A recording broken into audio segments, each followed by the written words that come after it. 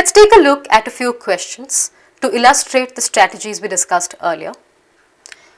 When I read this question, I see it says an institution concerned about its reputation is at the mercy of the actions of its members because the misdeeds of individuals are often used to dash the institutions of which they are a part. I notice that it has the keyword because. We discussed earlier that because is a cause and effect keyword, which means that after the because you're going to have the reason and before the because you will have the effect, right? Now the effect makes a connection between the reputation of an individual and the actions of members.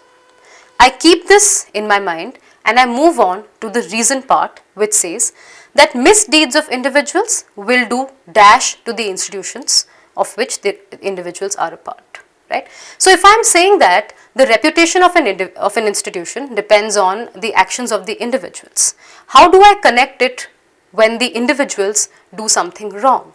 Because misdeeds means negative action or wrongdoing, right? So naturally the negative actions or the misdeeds of individuals will do something negative to the reputation of the institutions, right? So I am looking for a word in the blank which means to do something negative to the reputation of. I go look at my choices. Reform is a positive word, so I can eliminate that.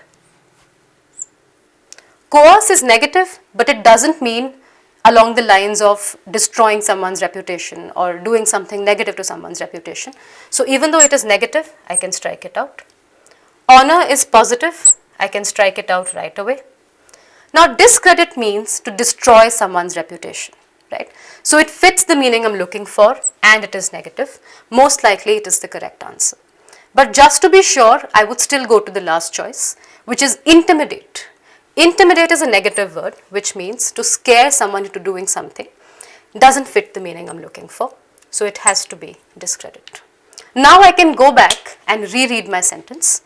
If I say that an institution concerned about its reputation is at the mercy of its members because the misdeeds of individuals will discredit the institutions of which they are a part.